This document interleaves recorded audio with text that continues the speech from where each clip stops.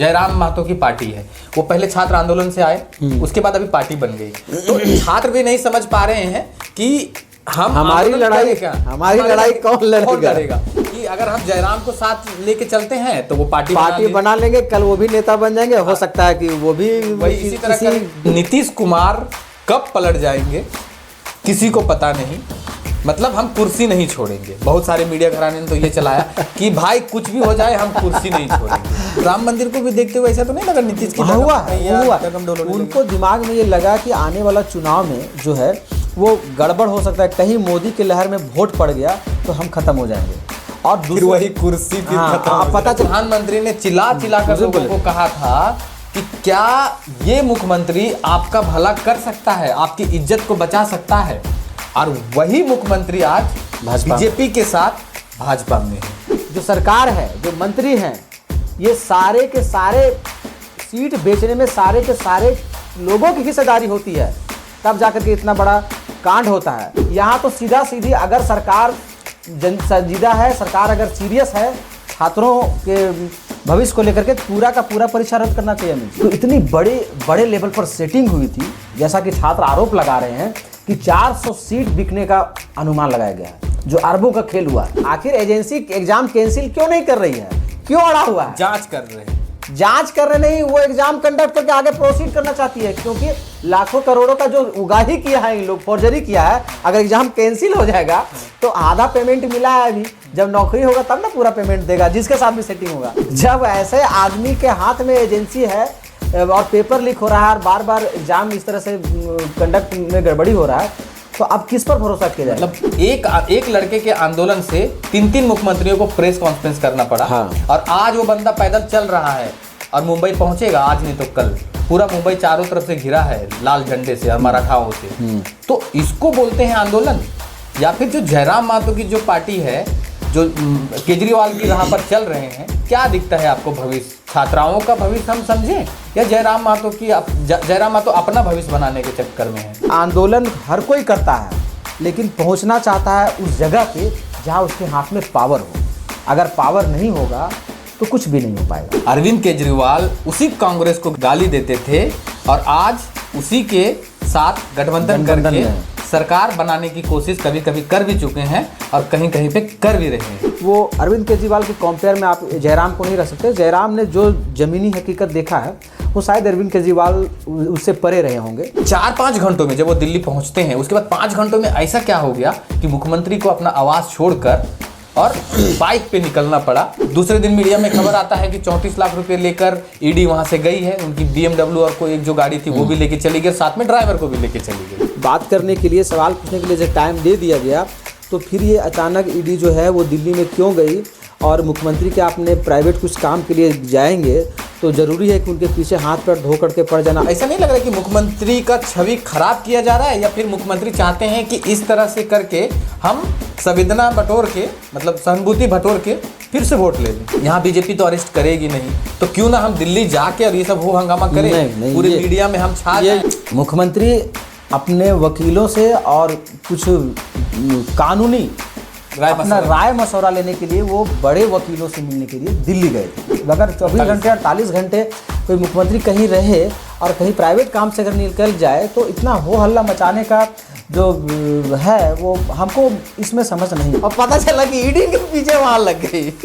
जहाँ गए वहाँ ईडी, इधर जाओ तो ईडी उधर।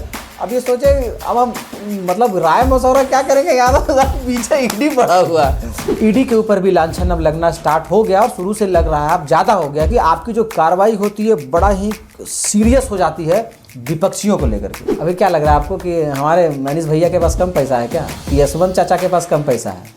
लग जाए ना ईडी, कुछ ना कुछ मिल जाएगा।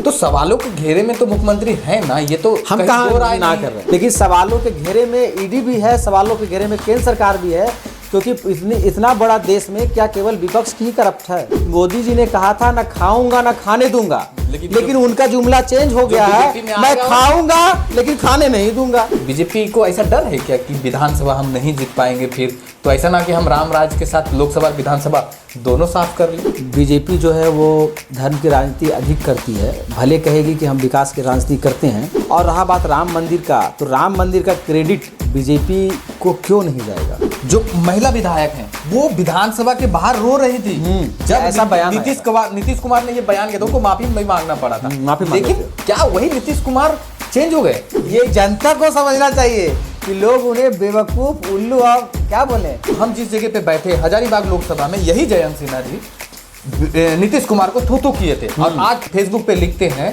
कि बिहार में डबल इंजन की सरकार। पहले लोगों को यह समझना होगा कि आपको किस तरह से बेवकूफ बनाया जाता है। नीतीश कुमार दिल के बुरे नहीं हैं। नीतीश कुमार ने बिहार के लिए बहुत सारी चीजें की हैं। एजुकेशन में जो डेवलपमेंट हुआ है वो नीतीश कुमार के कारण हुआ है। कि अब किसी भी हालत में तो नीतीश कुमार के लिए जो है दरवाजा खुलेगा नहीं, बंद हो गया है बीजेपी का दरवाजा बंद।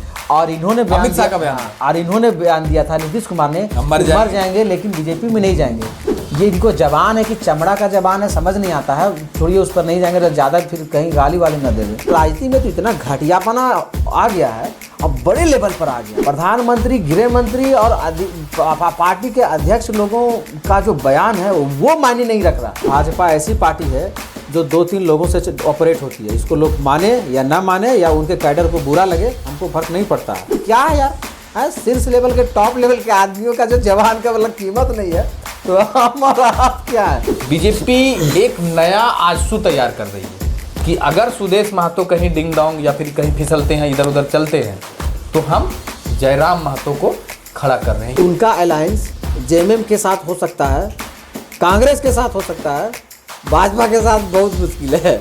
आप 100% श्योर हैं कि जेएमएम और जयराम महतो का समीकरण बैठेगा कि मुख्यमंत्री की साली साहिबा की सहेली को लगता है क्वेश्चन नहीं मिला होगा, सीट सेटिंग नहीं हुआ होगा, इसीलिए पेपर लीक हो गया। मुख्यमंत्री को ईडी, सीबीआई और भाजपा ये लोग कुछ नहीं बिगाड़ सकता, समझे ना? ये लोग कुछ नहीं बिगाड़ेगा।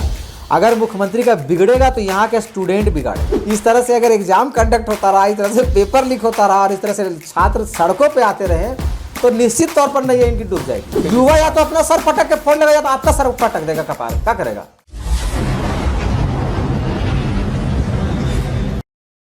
नमस्कार, जोहार, मेरा नाम है अमित और आप देखना शुरू कर चुके हैं द पंचायत न्यूज़।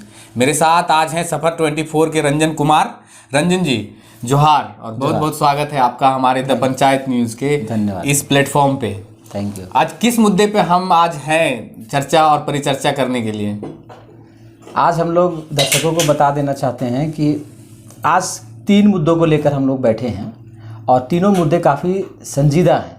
तीनों मुद्दे पब्लिक से, जनता से सरोकार रखते हैं, इसलिए इस मुद्दों को समझना ज़रूरी है, इस पर विचार करना भी ज़रूरी है। पहला मुद्दा है स्टूडेंट्स का।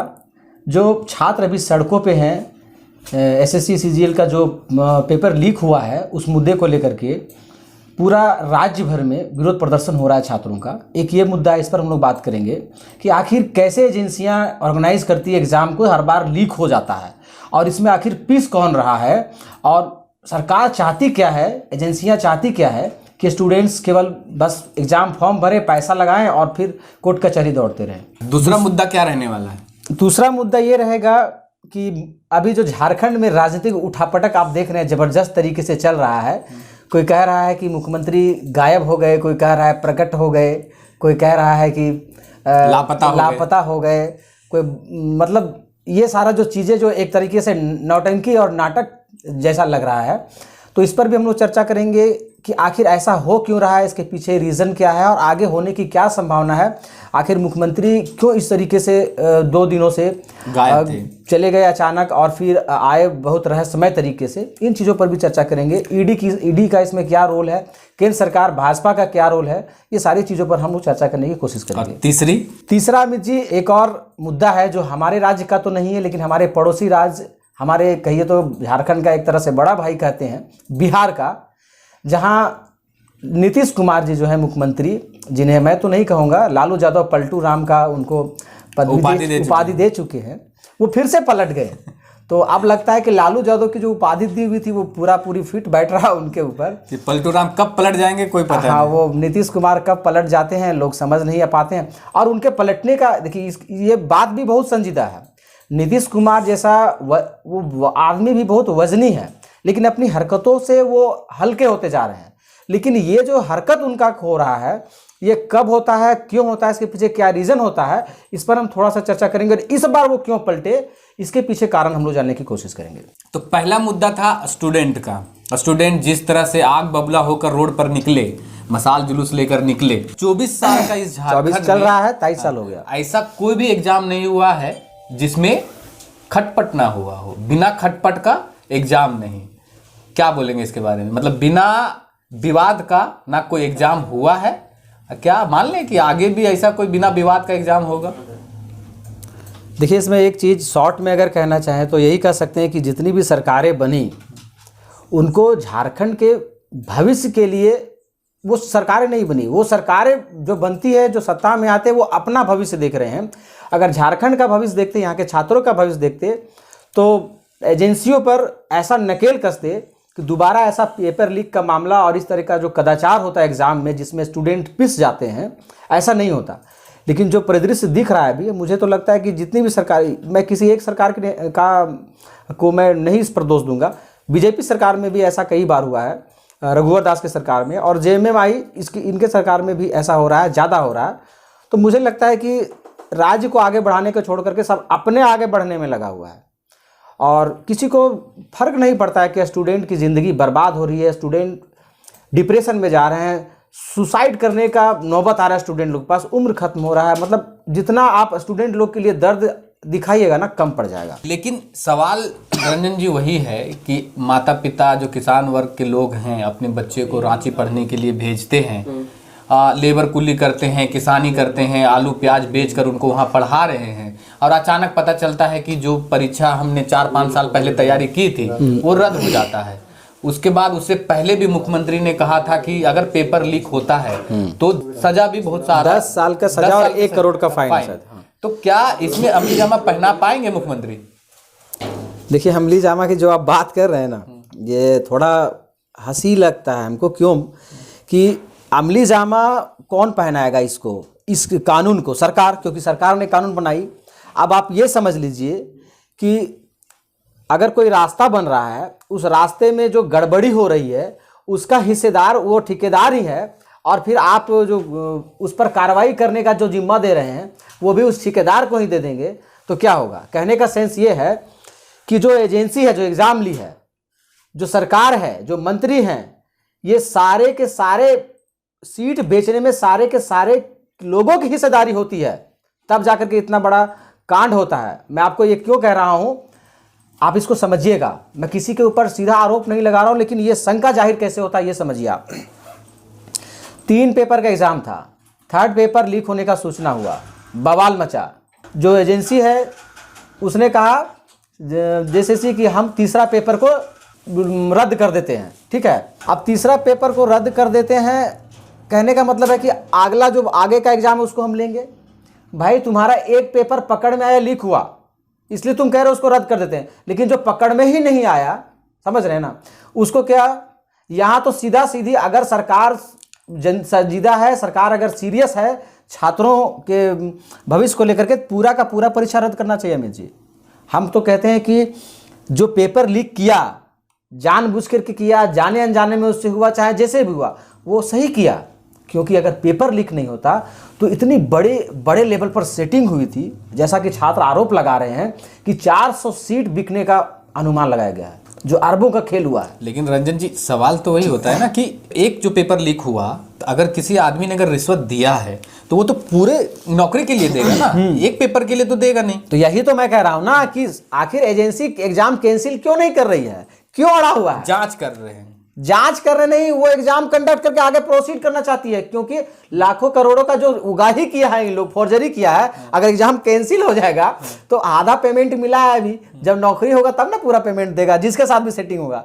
अब अगर एग्जाम रद्द हो जाता है तो आधा पेमेंट इन लोगों का फंसा ही फंसा, और जो आधा दिया वो भी कपार के ऊपर चढ़ जाएगा। आपके जहन में ऐसा कोई घटना हुआ है कि सरकारी अफसर पर कभी गाज गिरा है? जेएसएससी के जो झारखंड कर्मचारी चयन आयोग है, उसके जो बड़े बड़े अधिकारी हैं, उनके ऊपर कभी आरोप लगा है या कभी उनको सस्पेंड किया गया? ऐसा कभी आपके नजर? कहाँ से सस्पेंड होगा अमित जी, सस्पेंड होने की बात ही नहीं है। आपको क्या लगता है, आपको पता है जो अभी एजेंसी जेएसएससी का जो ऑर्गेनाइजर है, जो संस्थापक हैं, वो कौन है पता है आपको?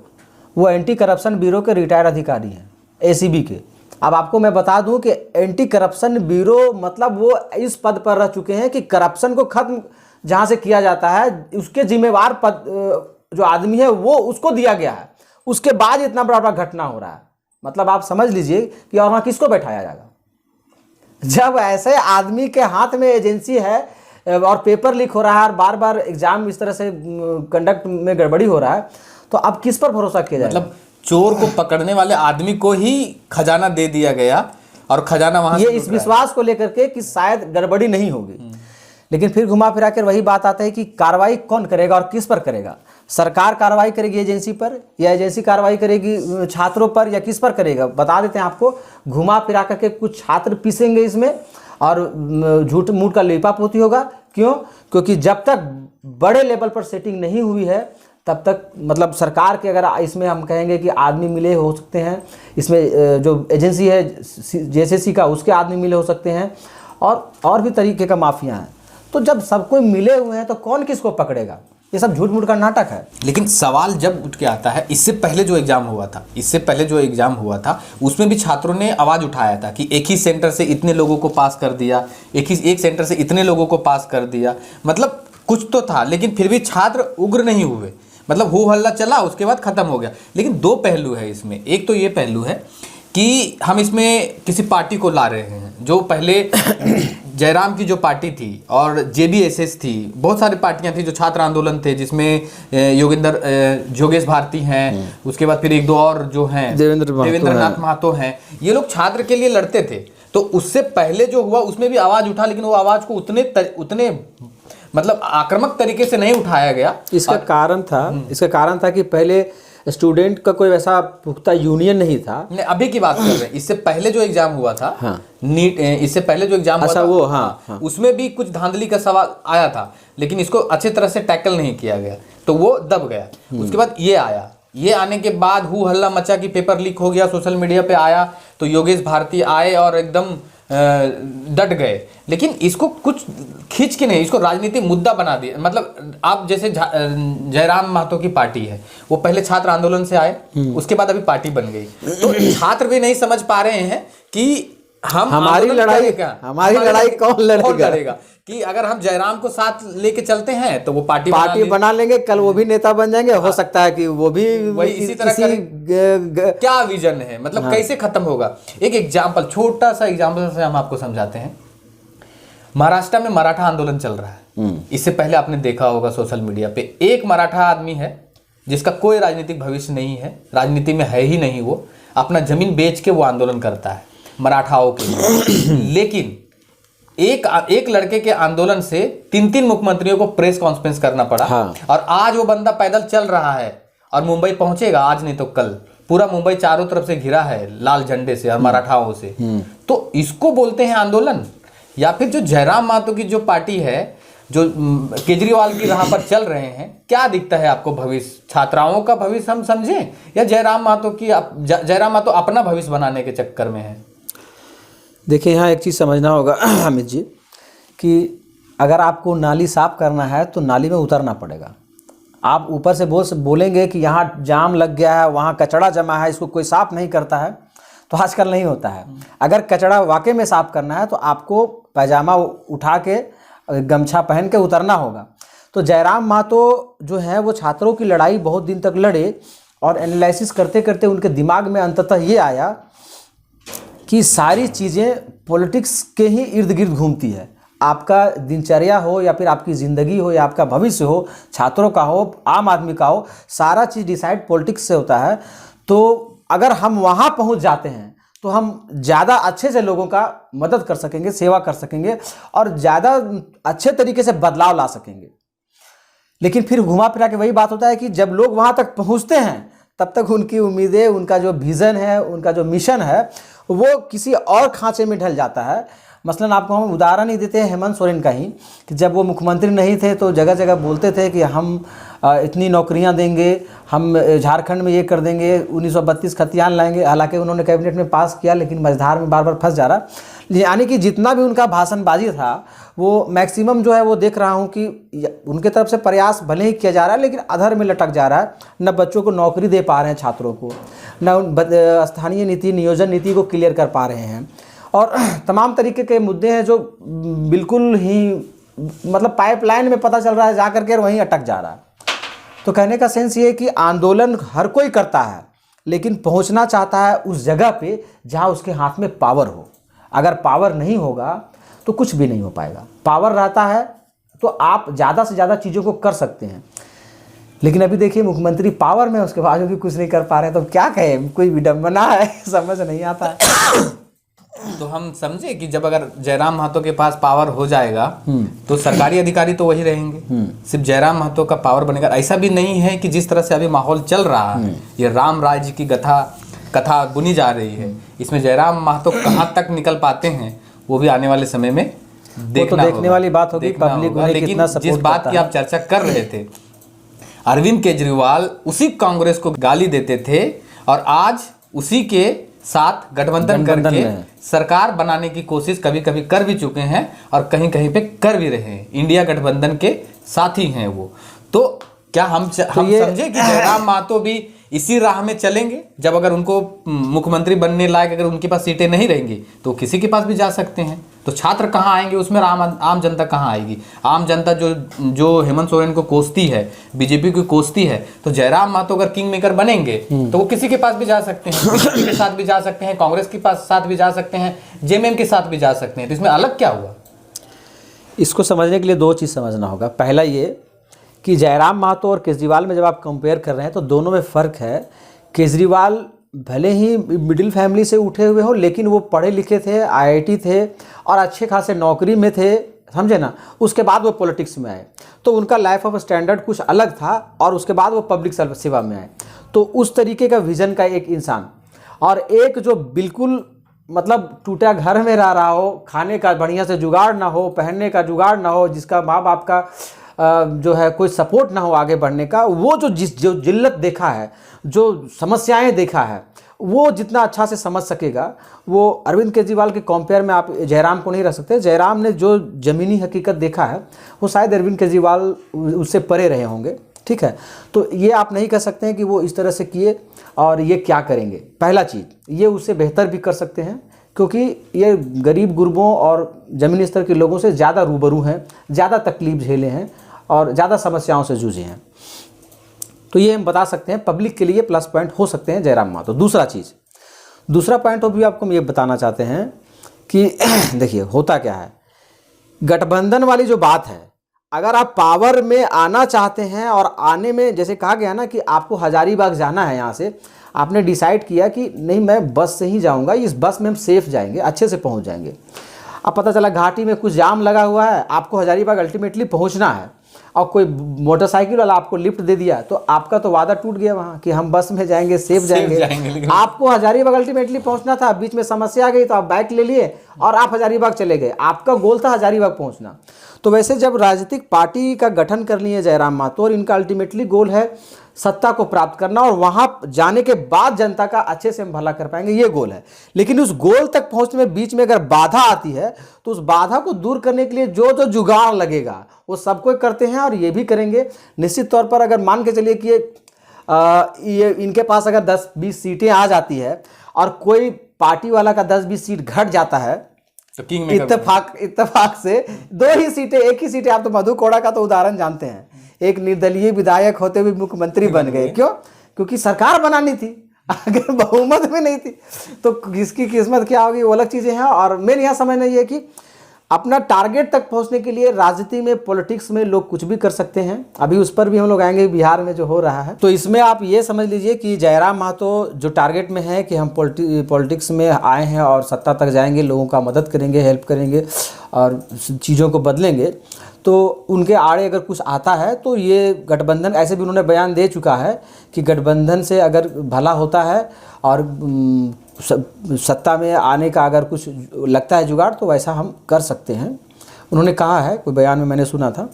तो सब कोई करते हैं, ऐसा नहीं कि मान के चलिए कि आप थोड़े से लक्ष्य से दूर हैं और कुछ चीज़ें कमी हो रही है तो वहाँ होता है। अब देखें नहीं, शुरू में जो है वो केजरीवाल की बात आप किए तो केजरीवाल भी सरकार बनाने के लिए किनके साथ हो गए थे? कांग्रेस के साथ हुए थे और फिर बाद में छोड़ भी दिए उनको, ठीक है। तो जिसके खिलाफ लड़े उसके साथ हुए, क्यों? क्योंकि सरकार बनना था, मुख्यमंत्री बनना था।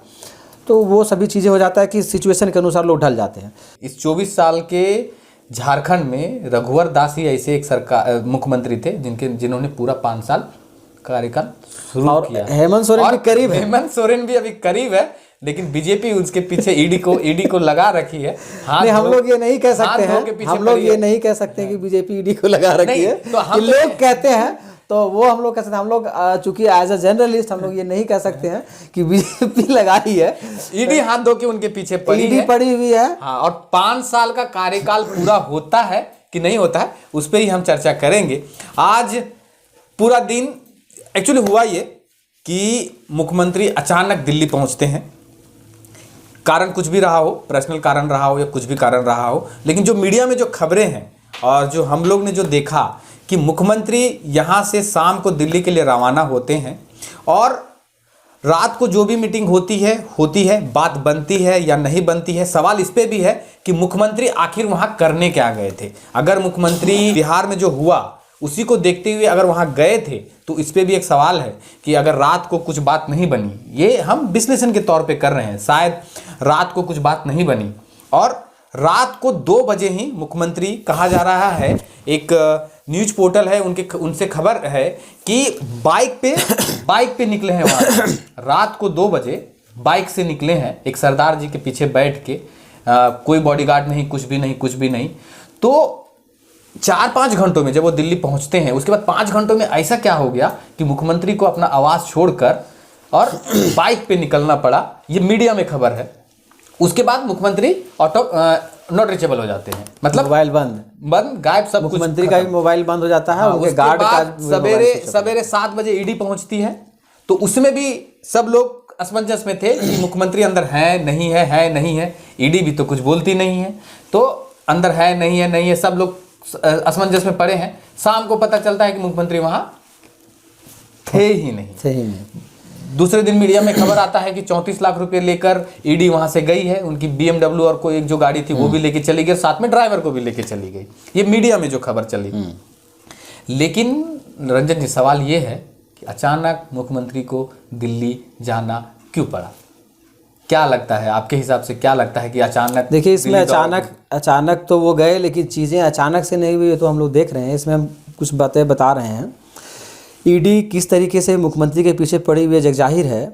और आपको बता दें कि इनको समन पे समन हो रहा है। एक 10वां समन हो चुका है और यहाँ ईडी भी सवालों के घेरे में आती है। मैं ये इसलिए कह रहा हूँ कि ईडी ने 3-4 दिन पहले ही उनसे पूछताछ किया और फिर तुरंत 26 जनवरी के बाद 27 जनवरी को फिर से इनको समन आ जाता है और बोला जाता है कि 29 या 31 2 डेट दिया जाता है इनको कि इन 2 डेट में आप कभी भी जो है हाजिर हो जाइए फिर से। तो मुझे ये सवाल ईडी से है कि भाई, आप 3 दिन पहले जो सवाल किए थे, ऐसा क्या हो गया कि 3 दिन के अंदर कुछ और सवाल आपके मन में पैदा हो गया और तुरंत आप समन ठोक दिए? तो आप सवालों का या तो सही से पुनिंदा नहीं बनाए थे। नहीं, उन्होंने बोला सवाल का जवाब उन्होंने सही से दिया नहीं। सही से नहीं दिया तो छोड़ते ही नहीं, रख लेता 2-3 दिन वहीं। तो देखिए कैसा तमाशा हो गया। सीआरपीएफ बुलानी पड़ी थी और चारों तरफ धारा 144 लगी थी। झारखंड पुलिस पूरा घेर चुकी थी। तो यहाँ राज्य सरकार और केंद्र सरकार का टकराव हो जाता। इसके लिए शायद जो खबरें थी कि शायद उनको नहीं, वो तो एक लॉ एंड ऑर्डर की सिचुएशन है, उसका अलग एंगल है। उस एंगल को अगर आप देखेंगे तो ये होता है कि अगर केंद्र का कोई भी प्रशासनिक सपोर्ट अगर राज्य को लेना है, जब ये डिमांड करता है तभी वो वहाँ से आ सकता है। और नहीं तो कुछ ऐसा आपातकालीन चीज़ों में यहाँ का जो लॉ एंड ऑर्डर है उसके लिए वहाँ फोर्स मंगाया जाता तभी आता, अपने से नहीं आ सकता।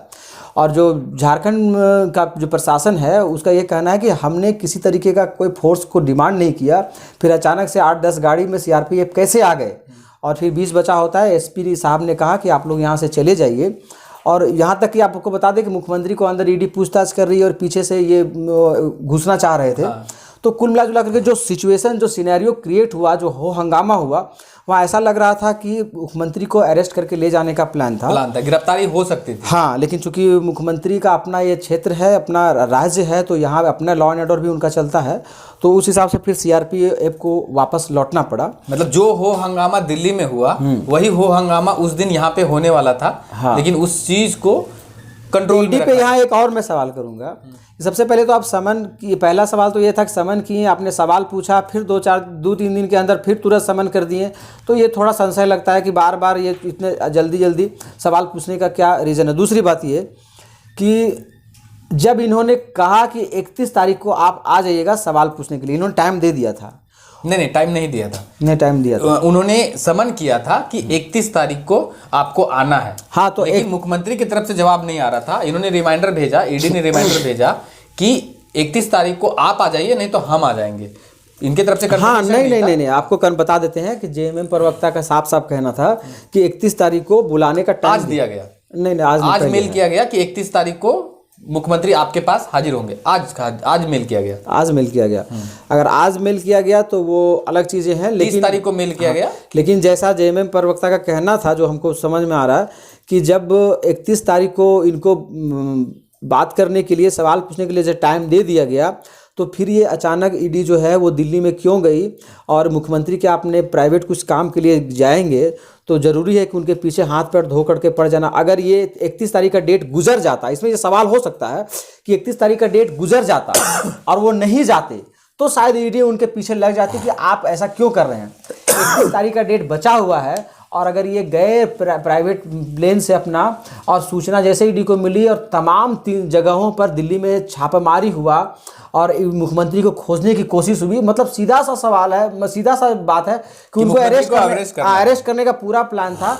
वहाँ जिस तरीके से सरगर्मी से वहाँ का प्रशासन और ईडी, पहले मुख्यमंत्री के घर पे जाना, फिर शिबू सोरेन के आवास पे जाना, वो सारे चीजें हैं जो बहुत छानबीन हुई कि जिस तरह से एक अपराधी को ढूंढा जाए। एयरपोर्ट पे एडवाइजरी जारी कर दी गई कि अगर मुख्यमंत्री अगर कहीं दिखते हैं तो हमें बताया जाए कि मुख्यमंत्री यहाँ से जा रहे हैं।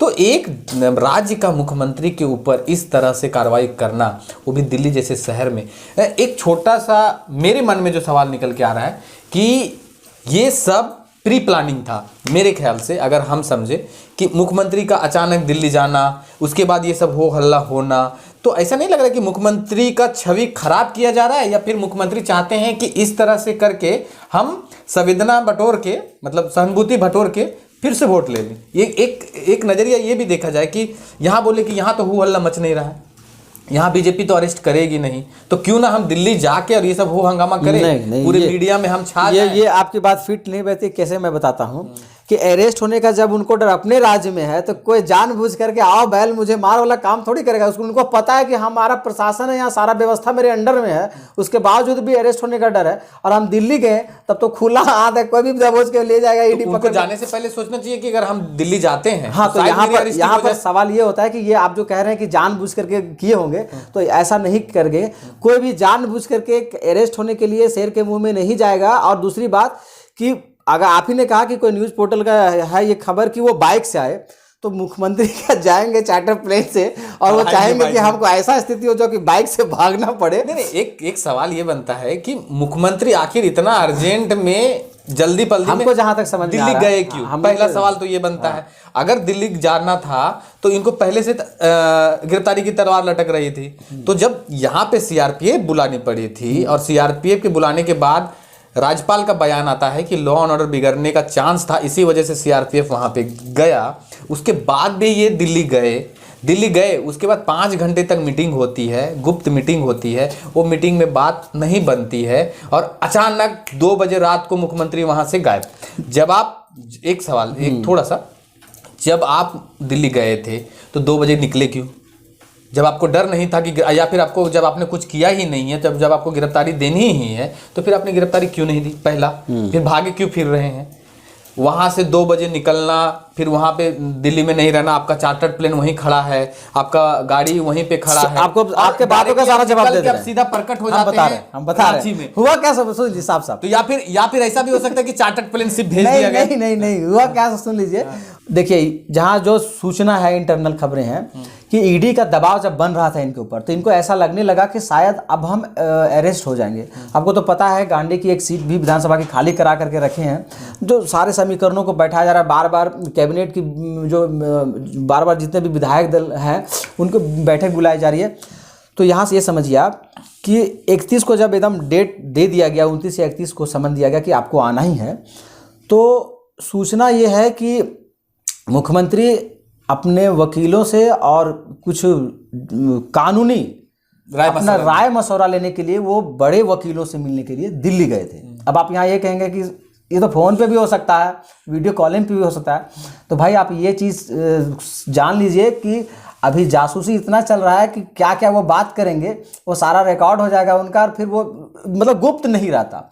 इसलिए उन्होंने सोचा कि बस केवल एक सूचना छोड़ देते हैं कि प्राइवेट चार्ट से कुछ अपना प्राइवेट काम के लिए मुख्यमंत्री गए हैं। ऐसा लोग करते हैं, ऐसा मुख्यमंत्री हो या फिर कोई भी नेता हो जाता है तो उसके पीछे लोग नहीं करते हैं। दूसरी बात है, कितना घंटा हुआ, अगर 24 घंटे 48 घंटे कोई मुख्यमंत्री कहीं रहे और कहीं प्राइवेट काम से अगर निकल जाए तो इतना हो हल्ला मचाने का जो है वो हमको इसमें समझ नहीं आता। संविधान कहता है कि कोई अगर जो अच्छा, एक चीज़ और इसमें एक चीज़ और ऐड करना चाहते हैं। अब ये मान के चलिए कि ये सोचे कि हम जाते हैं वहाँ तो अपना सलाह मशवरा करेंगे, क्योंकि ईडी की तलवार लटक रही थी इनके ऊपर और टाइम नहीं था इनके ऊपर, इसलिए आनंद फानंद में इन्होंने रात को निकला। अब वहाँ जाते हुआ क्या कि वो वहाँ गए ये सोच के कि हम अपने वकीलों से राय मशवरा करेंगे, जैसा हम एज्यूम कर रहे हैं, और पता चला कि ईडी के पीछे वहाँ लग गई। जहाँ गए वहाँ ईडी, इधर जाओ तो ईडी उधर।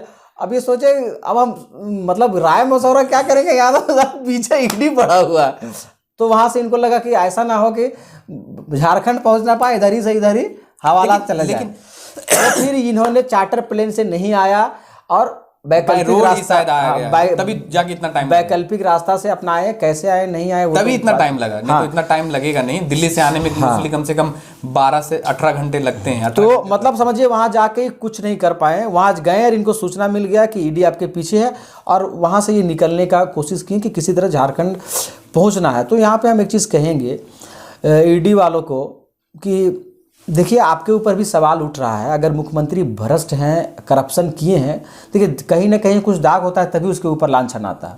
तो मुख्यमंत्री के ऊपर कहीं ना कहीं है तभी आ रहा है, लेकिन ईडी के ऊपर भी लांछन अब लगना स्टार्ट हो गया, और शुरू से लग रहा है, अब ज़्यादा हो गया। क्यों? क्योंकि आपकी जो कार्रवाई होती है बड़ा ही सीरियस हो जाती है विपक्षियों को लेकर के। यही एक मतलब है ना कि अजीत पवार, शरद पवार के भतीजे अजीत पवार हैं, उनके पीछे ईडी लगी हुई थी। वो भाजपा में चले गए और कहानी खत्म, उनका केस दब गया है।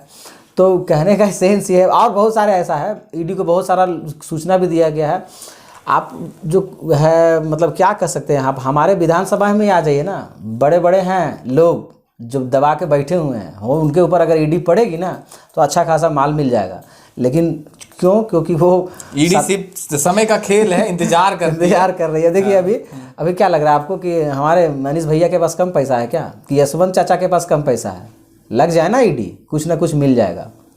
नहीं मिलेगा। देखिए ये अच्छा, एक सवाल निकल के आता है कि अगर मुख्यमंत्री अगर साफ सुथरे दिखाने की कोशिश कर रहे हैं अपने आप को, तो मुख्यमंत्री अरेस्टिंग से क्यों भाग रहे हैं? क्या उनके मन में चल रहा है? कभी वो गांडे सीट को खाली कर देते हैं, कभी वो अपनी वाइफ को मुख्यमंत्री बनाने की पेशकश करते हैं। तो मेरे को जहां तक लग रहा है कि ये सहानुभूति वोट लेना चाहते हैं कि मुख्यमंत्री को कोई अरेस्ट कर ले, उसके बाद सारा ठीकरा बीजेपी पे फोड़ देंगे, उसके बाद लोग सहानुभूति वोट दे देंगे। तो क्या ये प्लान फिट बैठेगा? किसी पब्लिक आजकल इतना जमीन घोटाले में जो जिले के जो डीसी हैं छवि रंजन, उसके ऊपर साबित हुआ है जेल में है। आखिरकार वो डीसी बिना आदेश आपसे पूछे तो कुछ करेगा नहीं। तो डीसी अंदर है, उसके साथ जो अग्रवाल हैं, जो मॉल के जो मालिक हैं, कलकत्ता के जो बिजनेसमैन हैं, वो भी उस जमीन के घोटाले में अंदर है। तो फिर कहीं ना कहीं, और सबसे पहली बात कि आपके जो विधायक प्रतिनिधि हैं, जो पिंटू हैं, वो भी अंदर है, और अभी तक विधायक प्रतिनिधि को हटाया नहीं गया है। तो सवालों के घेरे में तो मुख्यमंत्री है ना, ये तो हम कहीं कहाँ दो राय ना नहीं कर रहे हैं सवालों के घेरे में। यहाँ पर ये इस बात से हम कभी इनकार नहीं करते हैं कि मुख्यमंत्री सवालों के घेरे में नहीं है, लेकिन सवालों के घेरे में ईडी भी है, सवालों के घेरे में केंद्र सरकार भी है, क्योंकि इतना बड़ा देश में क्या केवल विपक्ष ही करप्ट है? ये सबसे बड़ा सवाल ये है। मोदी जी ने कहा था ना खाऊंगा ना खाने दूंगा, लेकिन उनका जुमला चेंज हो गया है, मैं खाऊंगा लेकिन खाने नहीं दूंगा। अब ये नहीं चलेगा भैया, मतलब खा के बीजेपी में आ जाओ, खाऊंगा लेकिन खाने नहीं, मतलब आप उधर खाओ और यहाँ आ जाओ तो यहाँ हजम हो जाएगा, और अगर उधर रहोगे तो भाई हजम नहीं होने देंगे। तो ये सही नहीं।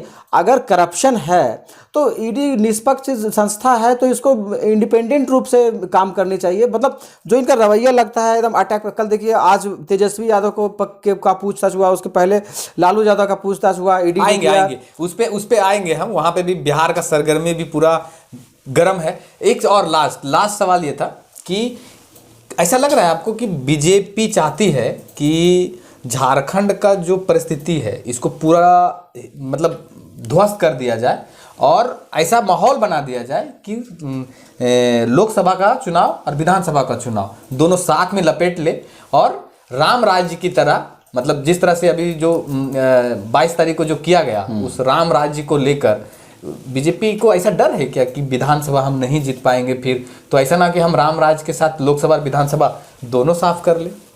कैसा ये तो साफ साफ दिखाई देता है कि बीजेपी जो है वो धर्म की राजनीति अधिक करती है। भले कहेगी कि हम विकास की राजनीति करते हैं, लेकिन बीजेपी विकास की राजनीति के साथ साथ धर्म की राजनीति भी करती है, क्योंकि उसको पता है कि धर्म की राजनीति में हम ज़्यादा वोट बटोर पाते हैं। इसमें कोई छुपाने वाली बात नहीं है।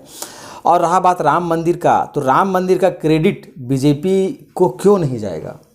मैं पूछता हूं कि राम मंदिर में जो एड़ी चोटी लगा करके और बिना कोई लज्जा शर्म के इन लोगों ने जो हिंदू को लेकर के जो बयानबाजी इनके नेताओं ने की है, तो हम कह रहे हैं कि हम पूरा निछावर हो गए, अपना कुछ नहीं देखे और बस ये दिमाग में रखे कि मंदिर बनाना है, हिंदू राष्ट्र बनाना।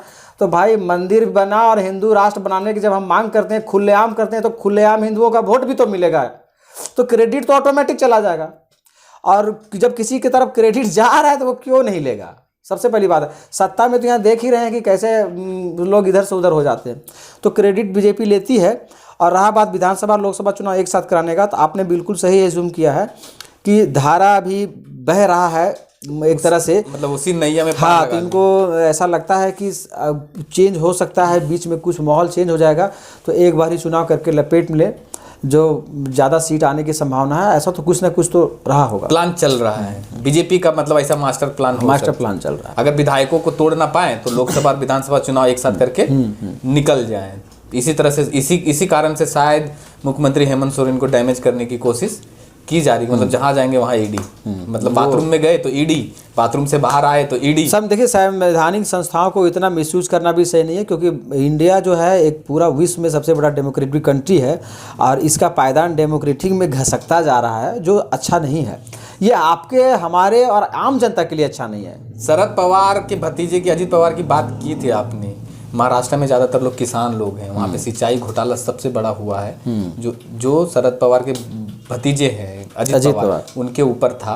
वो जैसे ही मुख्यमंत्री बने हैं बीजेपी के सपोर्ट से, और एनसीपी, आधा एनसीपी तोड़ के वो आए हैं, पाक साफ हो गए हैं और अभी सरकार चल रही है। ये बीजेपी का तो खेला है। तो हम आते हैं अब बिहार में हम उसी की, जो हम महाराष्ट्र की जिक्र कर रहे हैं वही सेम चीज बिहार में हुआ है कि नीतीश कुमार कब पलट जाएंगे किसी को पता नहीं।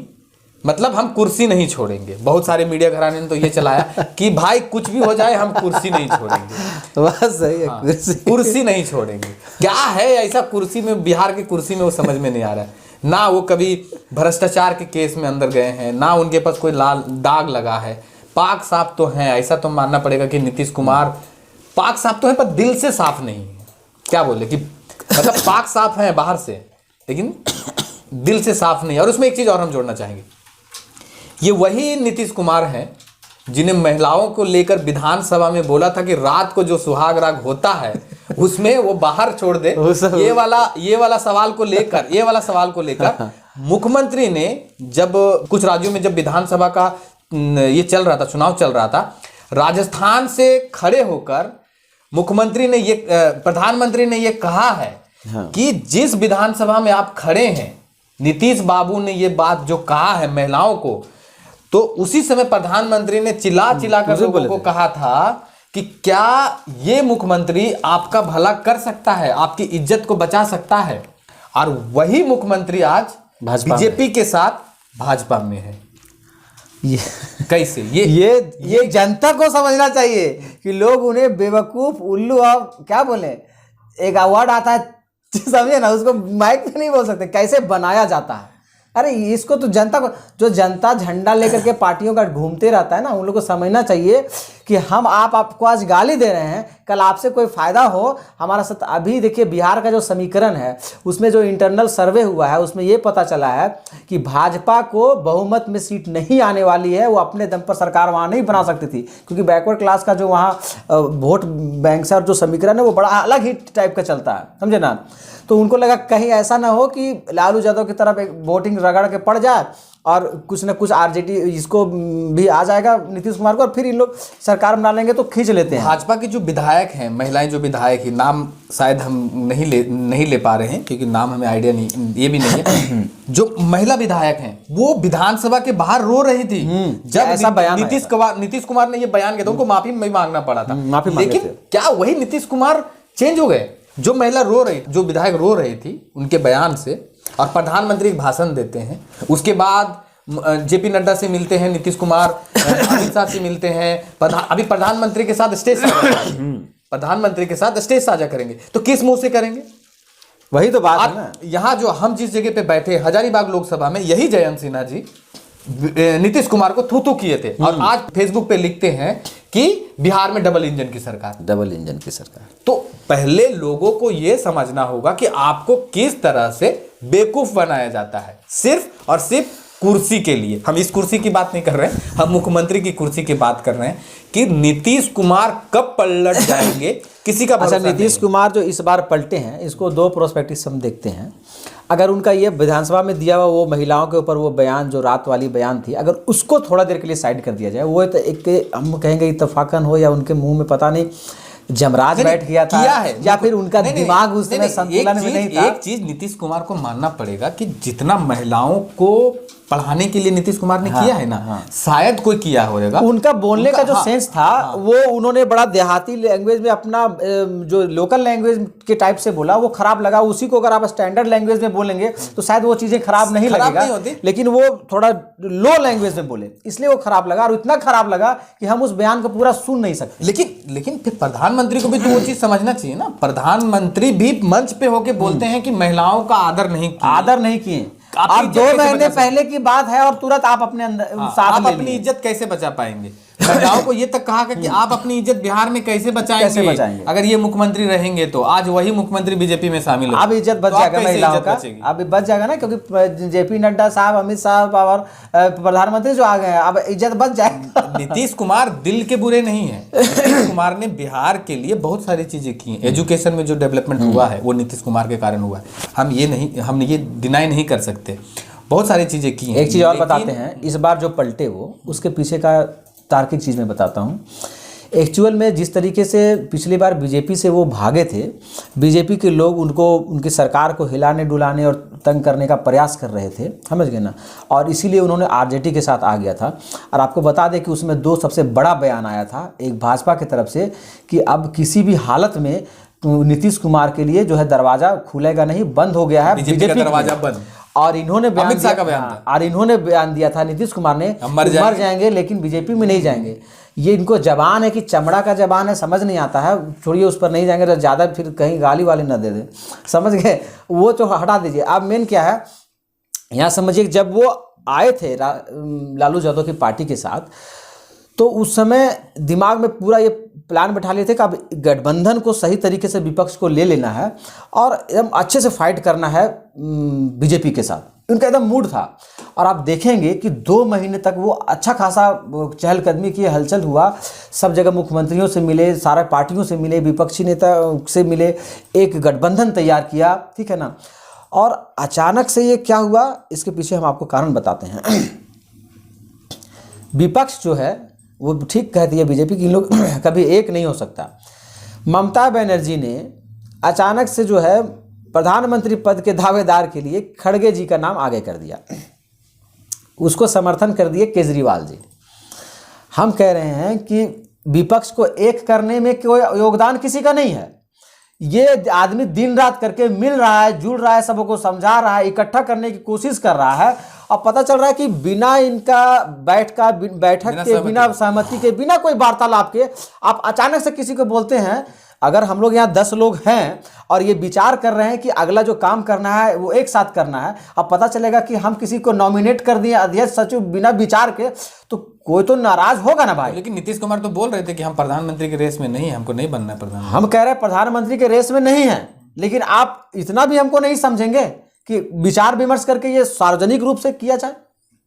ये तो आपका सोचना हो सकता है, लेकिन मेरा सोचना ये है कि जिस तरह से पहला चीज ये है, ये पूरा मैटर इसी में ये नहीं आता है कि केवल ममता बनर्जी के खड़गे जी को आगे करना और केजरीवाल को समर्थन देना, इसे ये एक चिनगारी है, एक पहलू इसको देख सकते हैं कि उनको थोड़ा इंसल्ट फील हुआ कि जब मैं इतना मेहनत कर रहा हूं तो कम से कम मिल बैठ करके और इस बात को रखना चाहिए। दूसरा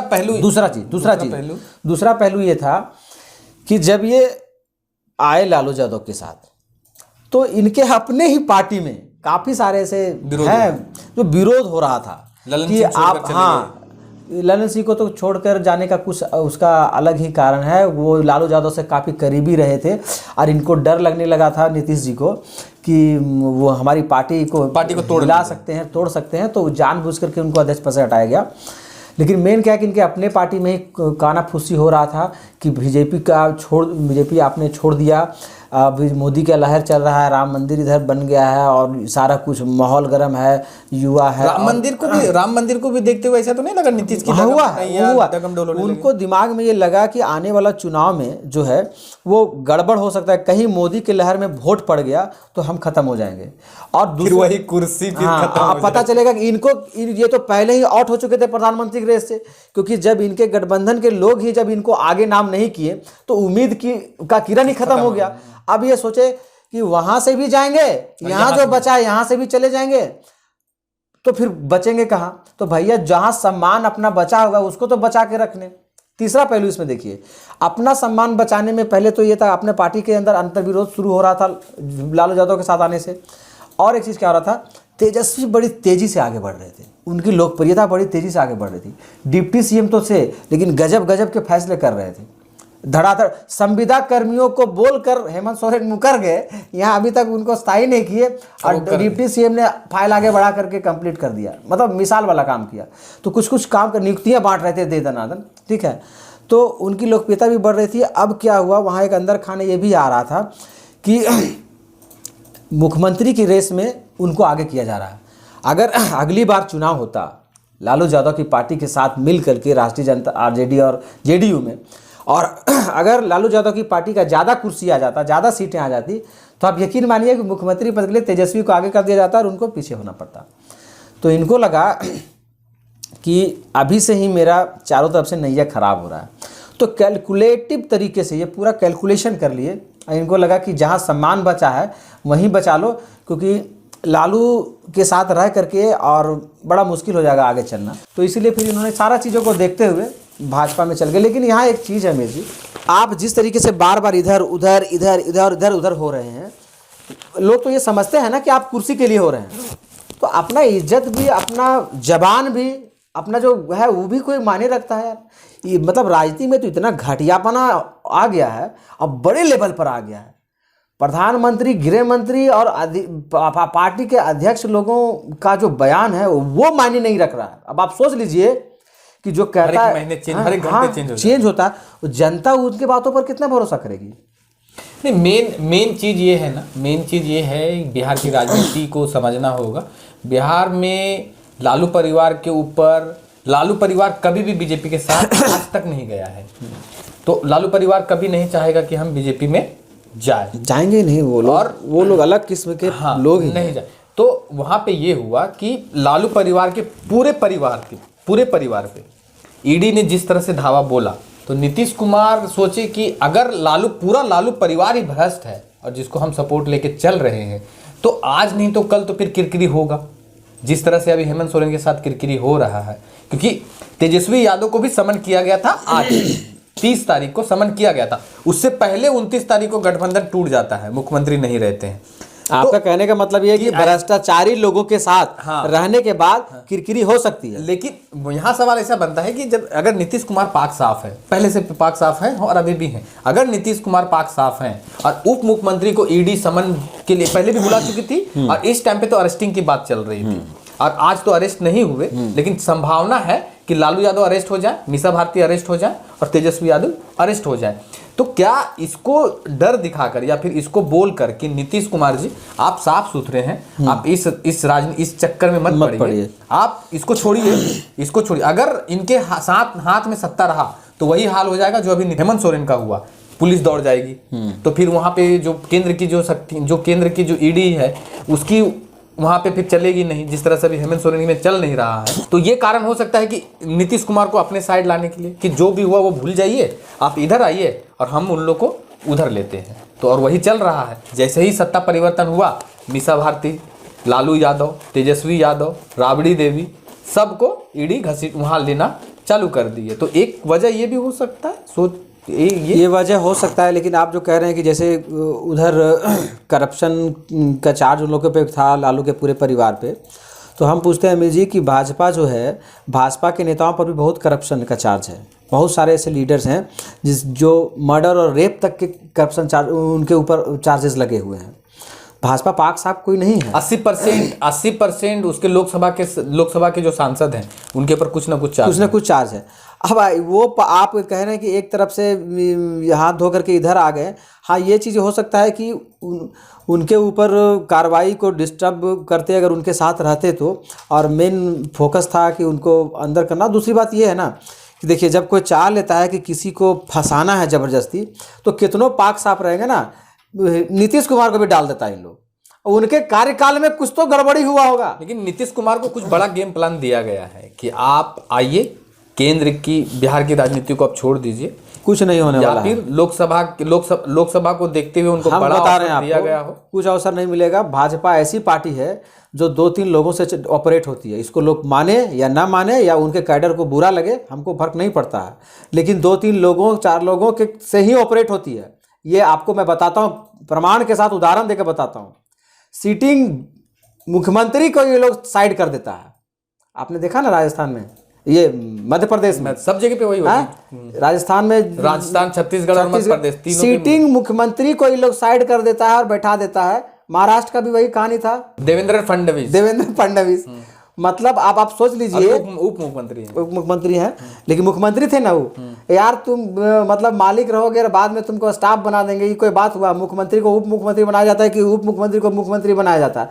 मतलब ये जो पार्टी है, इसमें कोई नियम कानून नहीं है, बस कैसे सत्ता लेना है, कैसे चलाना है, इन लोग ये जानता है। इन लोग को ये समझ में आता है। महाराष्ट्र के मुख्यमंत्री एकनाथ शिंदे हैं। देखिए, आपको बताते हैं, शिवसेना के कट्टर सिपाही थे शिवसेना के। और जब वहाँ सत्ता बनानी हुई तो देवेंद्र फडणवीस को साइड कर दिए और उसको बैठा दिए। तो क्या मतलब बनता है? किसको इज्जत दे रहे हैं, किसका इज्जत उतार रहे हैं, खुद भाजपा वाले को पता नहीं है। शिवसेना को तोड़ के आए हैं। तो ऐसा नहीं कह सकते आप कि इनको कोई बड़ा ऑफर मिला होगा, कुछ नहीं मिला होगा।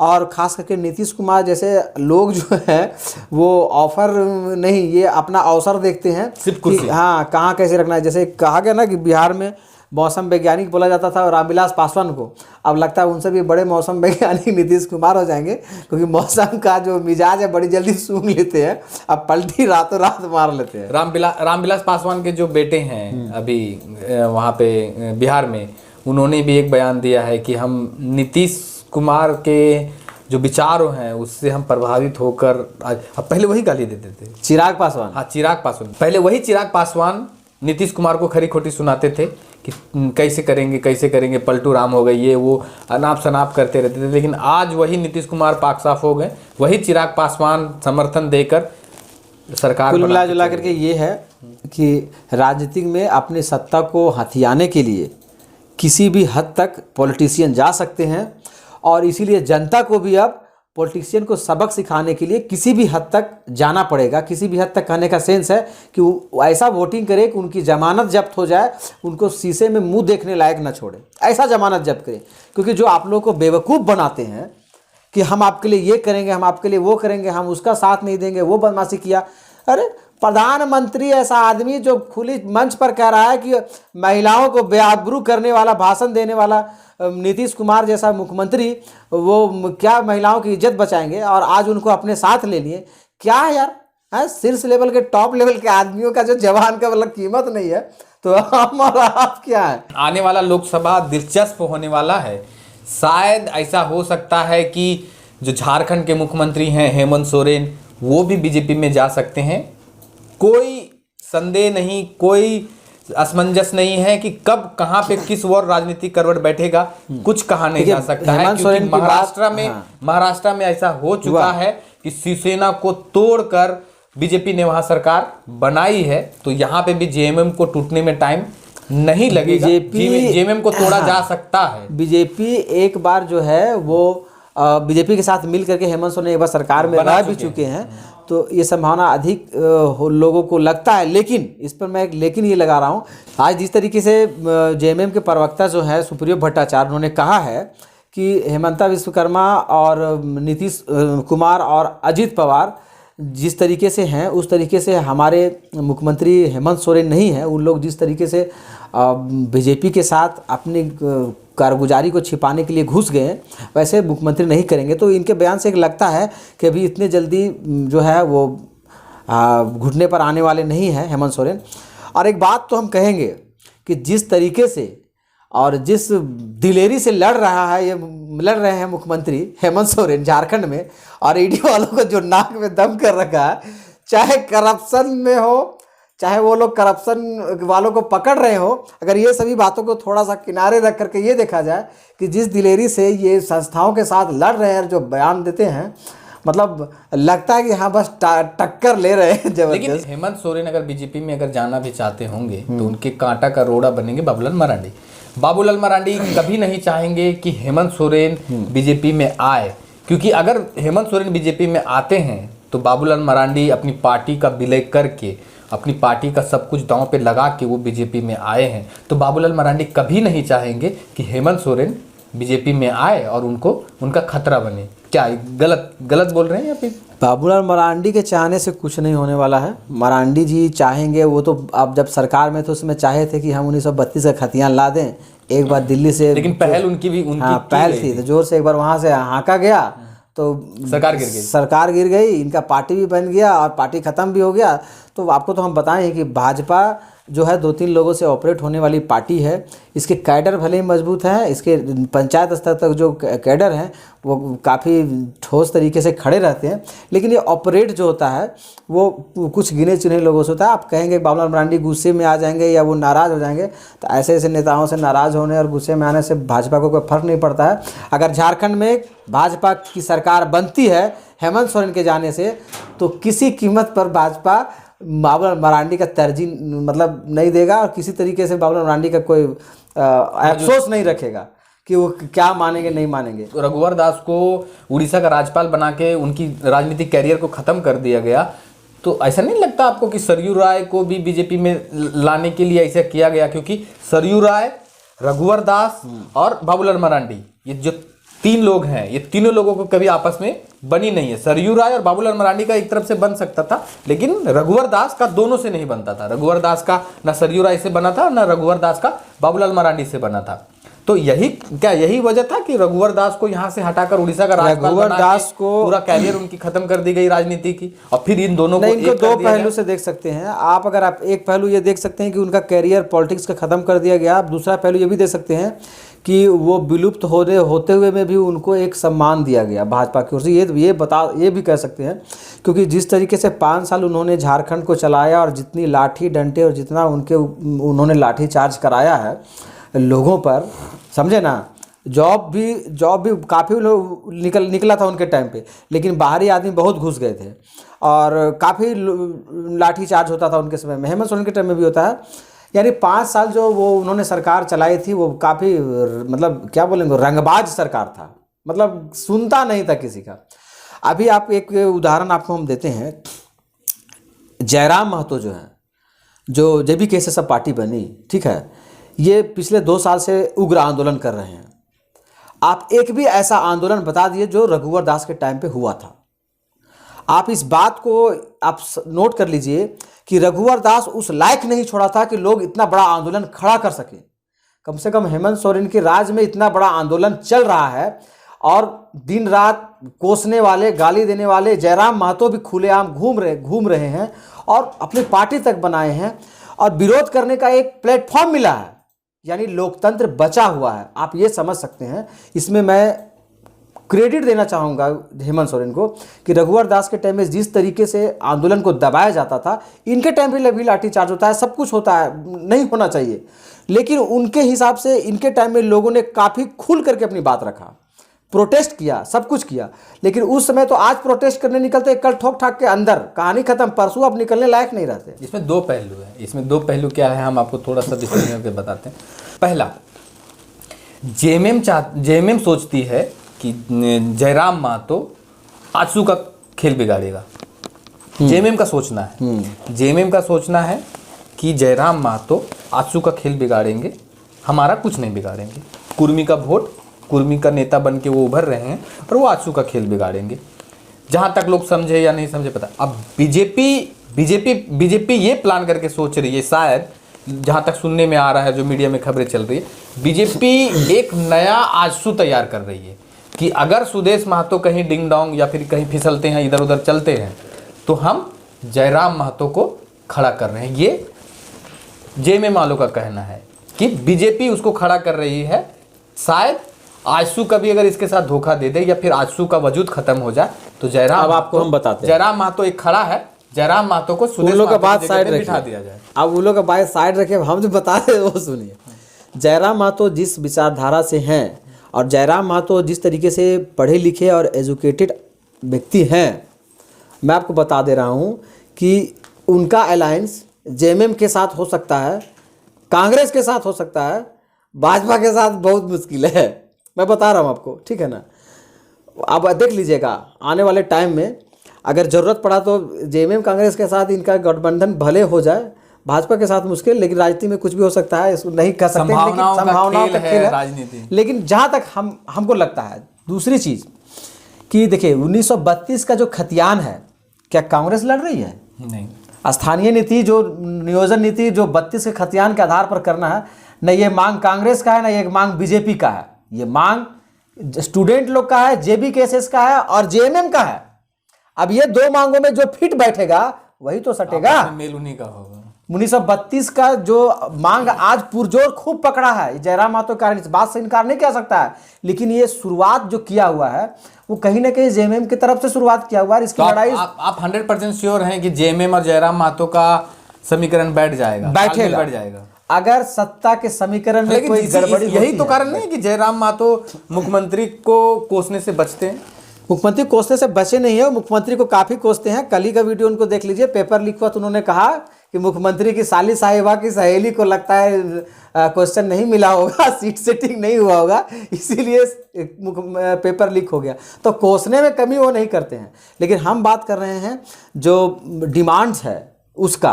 तो जो डिमांड है वो बहुत हद तक मेल खाता है ना। खास करके नियोजन नीति और स्थानीय नीति और 1932 का जो मामला है ये मेल खाता है। आखिर विचारधारा कुछ न कुछ मेल खाता है। तो जुगाड़ और जयराम महतो जेएमएम के कार्यकर्ता रहे भी हैं, जो स्वर्गीय जगन्नाथ महतो हैं, उनके राइट हैंड रहे हैं, उनके साथ जगन्नाथ महतो का अभी भी वो देखिए, वो कभी भी तौहीन नहीं करते हैं, जबकि उनके लिए डुमरी उपचुनाव छोड़ दिया था। तो आप इस चीज़ को देख सकते हैं। और जुमलेबाज नेताओं से वो दूर रहते हैं, जुमलेबाज नेताओं को काफ़ी कोसते हैं। अंत में मुझे लगता है अब डिस्कशन काफ़ी लंबा हो गया, ख़त्म करना चाहेंगे कुछ बोल करके, आप भी अपना कुछ मंतव्य दीजिएगा। हम अंत में यही कहना चाहेंगे, हमारे तरफ से जो एक तरह से समझिए, मुख्यमंत्री अगर संदेश माने तो संदेश मान लें तो अच्छा रहेगा। मुख्यमंत्री को ईडी, सीबीआई और भाजपा, ये लोग कुछ नहीं बिगाड़ सकता है, समझे ना। ये लोग कुछ नहीं बिगाड़ेगा। अगर मुख्यमंत्री का बिगड़ेगा तो यहाँ के स्टूडेंट बिगाड़ेगा, स्टूडेंट ले डूबेगा उनको। और जेएसएससी ले डूबेगी उनको।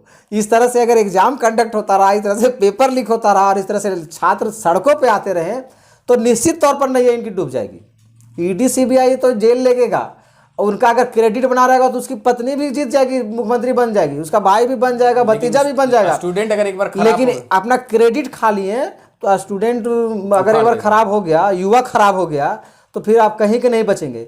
इसलिए इनको दिमाग में ये ठोक लेना चाहिए कि ये युवाओं को रोजगार दें, सीट सेटिंग ना करें, और जो अधिकारी सीट सेटिंग कर रहे हैं उसको उल्टा लटका करके और सबक सिखाएं।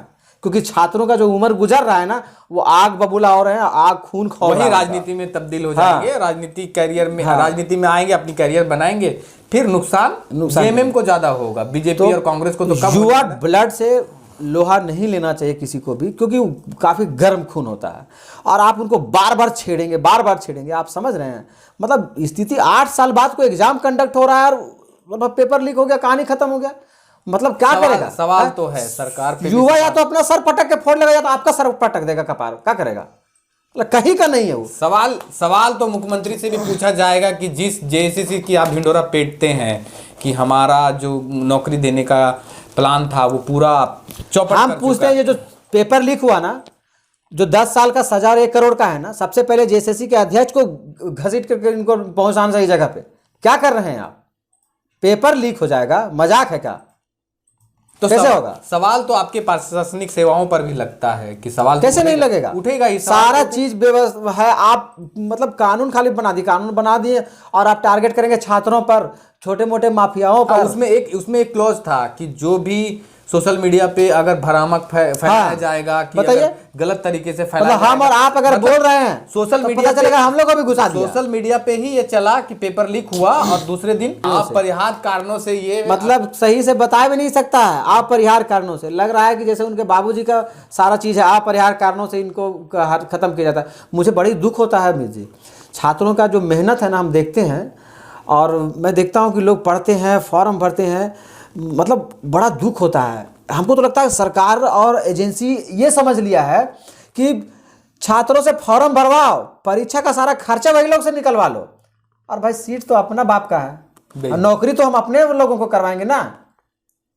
सीट तो अब मेरे पिताजी का है, नौकरी वहाँ वही करेगा जहाँ जो हम चाहेंगे। अब बाकी रहा एग्जाम का खर्चा निकालने के लिए, तो है ना इतना भेड़ बकरी जैसा जनता, उसको भरवा दो फॉर्म, 1000 रुपया ले लो और परीक्षा कंडक्ट करने का पैसा आ गया, फिर कैंसिल करा दो। नौटंकी है। अभी आपको बता दें कि जो एग्ज़ाम हुआ था, हमको पता चला स्टूडेंट से कि एग्ज़ाम फीस घटा दिया गया। शुरू में शायद 900 या 1000 लिया गया था और बाद में 100 रुपया में फीस भरा रहा था एग्ज़ाम का। अब बोला गया था एजेंसी की ओर से कि 900 रुपया वापस किया जाएगा। अभी तक लोगों के खाते में पैसा नहीं आया। मतलब सवाल तो बनता है। चलिए, इस विश्लेषण से आप क्या सोचते हैं? थोड़ा लंबा हो गया, पर लंबा करना जरूरी था कि जिस तरह से अगर कुछ निकलता, अगर हमारे दिमाग में जो चल रहा है हम उससे आपको दिखा लंबा चीज गठरी को खोलते खोलते कुछ अगर चीज़ों को ट्रांसपेरेंट करके समझने की कोशिश करेंगे तो वीडियो लंबा हो जाता है। और जो इसको समझना चाहेगा वो स्थिर से देखेगा, और बाकी जो केवल भौकाल देखना चाहता है वो भौकाल देखे। शॉर्ट में हमारा एक विश्लेषण था जो 3-4 चर्चाओं के था। दूसरा, आप क्या सोचते हैं आने वाले लोकसभा चुनाव को देखते हुए? बहुत सारे अभी छोटे छोटे जो नेता हैं वो निकल रहे हैं, आएंगे आपके साथ, आपके पास मिलेंगे, चुनाव मांगेंगे, लेकिन जो 4 साल तक जो नेता गायब रहते हैं वो अचानक 6 महीने या 7 महीने में आपके पास आते हैं और आपको कहते हैं कि हम आपके लिए काम करेंगे, हम आपके लिए फ्री शिक्षा देंगे, फ्री मेडिकल देंगे, फ्री। लेकिन वो 4 साल कहाँ रहते हैं वो नेता? वो भी आपको सोचना होगा कि 4 साल तक जो सत्ता में जो पार्टी बैठी रहती है, जो सत्ता में जिसकी सरकार रहती है, उससे क्यों नहीं करवा पाते हैं? और अभी आप बोल रहे हैं कि हम आएंगे सत्ता में तो हम ये चीज़ कर देंगे, वो चीज़ कर देंगे, ये चीज़ कर देंगे, लेकिन 4 साल तक उन्होंने सरकार से एक भी काम नहीं करवाया। तो ये भी सोचना होगा जब नेता आपके पास आते हैं हाथ जोड़ने के लिए, उसमें भी आप हाथ जोड़कर कह सकते हैं कि आपने 4 साल में हमारे लिए क्या किया, हमारे लिए सरकार से कितनी काम निकलवा के लाए, हमारे लिए क्या किए।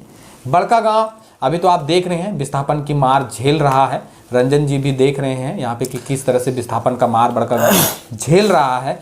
तो खास करके हम फेसबुक वाले नेताओं से कहेंगे कि कृपया करके आप फेसबुक से निकलकर और व्हाट्सएप यूनिवर्सिटी से निकलकर थोड़ा विस्थापित के क्षेत्र, विस्थापित जहाँ से जो गांव हो रहे हैं वहाँ पे जाइए और उनको देखिए, उनको दुख दर्द को समझिए कि क्या हाल है, कि वो क्या चुनाव में वो वोटर नहीं है। अगर वो विस्थापित हो गए हैं तो क्या वो वोटर नहीं बनेंगे आपके लिए? ये सवाल पर आपको हम छोड़े जाते हैं। रंजन जी थे हमारे साथ, बहुत बहुत धन्यवाद रंजन जी आपका। धन्यवाद। और विस्थापन का हम लोग जो लड़ाई लड़ रहे हैं, एक तरह से अगर हम लोग जो दर्शकों को हम एक चीज़ बताना चाहेंगे आज के इस वीडियो में, बड़का गांव का जो कुछ मुद्दा है, विस्थापन का मुद्दा है, यहाँ के पॉलिटिशियन का मुद्दा है, और यहाँ के विकास का मुद्दा है, यहाँ के अफसरों का जो करप्शन का मुद्दा है, इस पर भी हम लोग एक दिन कंबाइंड वीडियो लाएंगे। ठीक है, तो आप लोग वेट कीजिए। हम डेट नहीं तय करेंगे क्योंकि हम लोग बंध जाते हैं डेट तय करके, लेकिन हम लोग एक वीडियो इलेक्शन से पहले ज़रूर लाएंगे कंबाइंड वीडियो, जिसमें ये चर्चा होगी कि आखिर यहाँ के नेता, यहाँ के अधिकारी और सारे लोग मिल करके जनता को कैसे पेर रहे हैं। तो बने रहिए चैनल के साथ। सफ़र 24 और अमित जी का चैनल है द पंचायत न्यूज़, दोनों में ये वीडियो आपको मिलेगा। तब तक के लिए नमस्कार, धन्यवाद। हमारी तरफ से जोहार, नमस्कार। और मेरा नाम है अमित और आप देख रहे थे द पंचायत न्यूज़।